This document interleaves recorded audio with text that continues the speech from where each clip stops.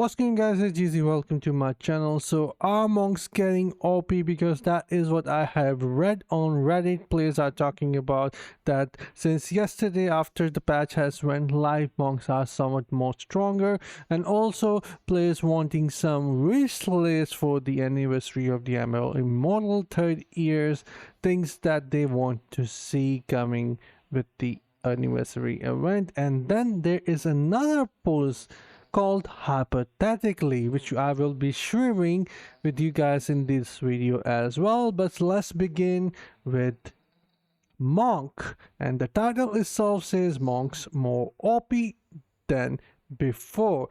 So the person says patch drops today and monk explosive palm SN cooldown increases from 6 to 8 seconds, but damage increases by 33%. This very much seems like a buff to me, and from what I have experienced in BG today with monks is confirmed. The change seems geared towards making a non-whale monk more viable, while the cooldown increase seems aimed at making monks a bit more vulnerable. However, the result is also that if you get caught up with the monk, if you're not a class that has immunity like Necro Barb, Cedar, you're dead. Well, that is not the case. If you would try to fight a monk with Demon Hunter or any class that doesn't have immunity, you are most probably going to die because they are going to teleport a lot.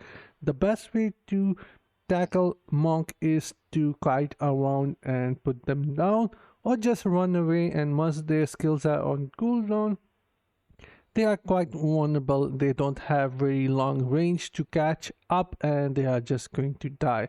So in my opinion, in my personal opinion, if this change is giving a little more chance to low spenders or misspender, then it is actually a good thing. And on the same side, they are going to have to deal with a longer cooldown, which means they have to stay out from battle for 2 more seconds, which makes them vulnerable. So yeah, but anyways, let's get into the comment section here. Let's see what this says. Monk can be targeted, that's not fair. Okay, we're increasing cooldown so they can be targeted.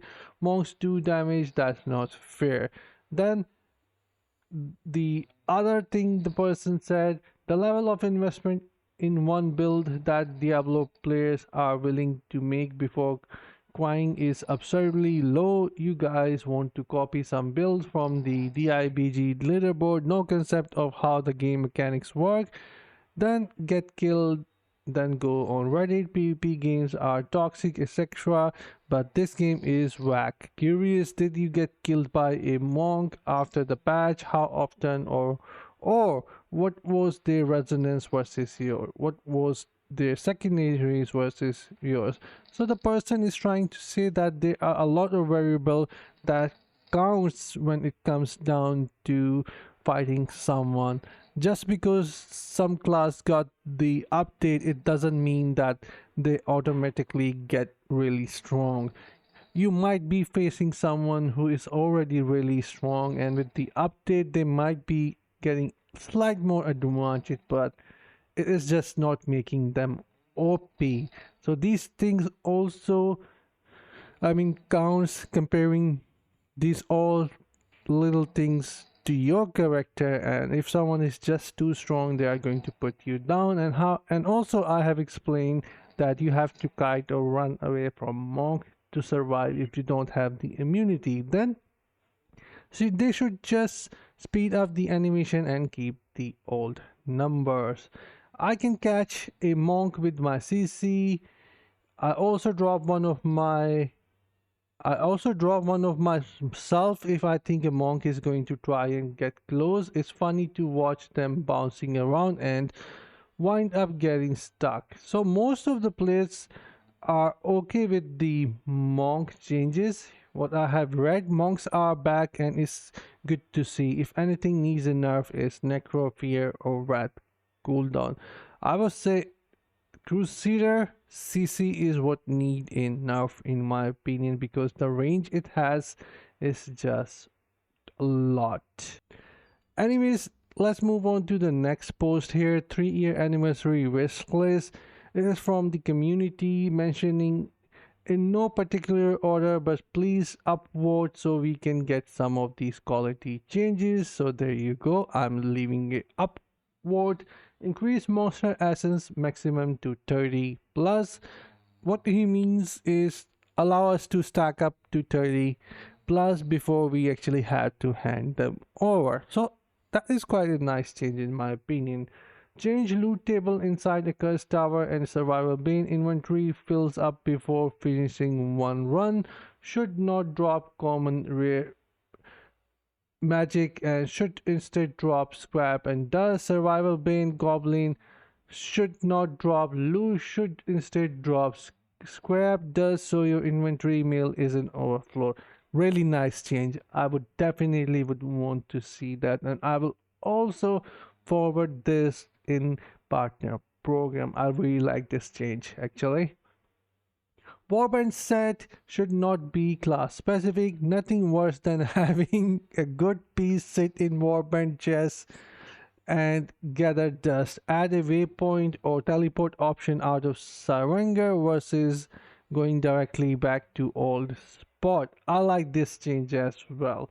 After class change, legendary gear in general should not be class specific. You already have code to change the FXs or turner gear based off a chart. Just assign a random assign of the new class to all gear from the character. Really painful to have to choose only 8 pieces of gear to keep. Then 5, add more profile stat game metric. BG leaderboard losing win rate was the start of a trend which is in the wrong direction. I would prefer more stats, gameplay, win rate, MVP, badges, and prior cycle BG stats. Yeah, it would be nice if we could see all of them in our season, that how many time we were MVP, how many time we got these badges, and which of these badges we got the most. That would be amazing actually. I really like these suggestions so far. On a regular profile, top combat rating, maybe dungeon played, monsters played, lift, maybe reset it every cycle. Uh, hmm.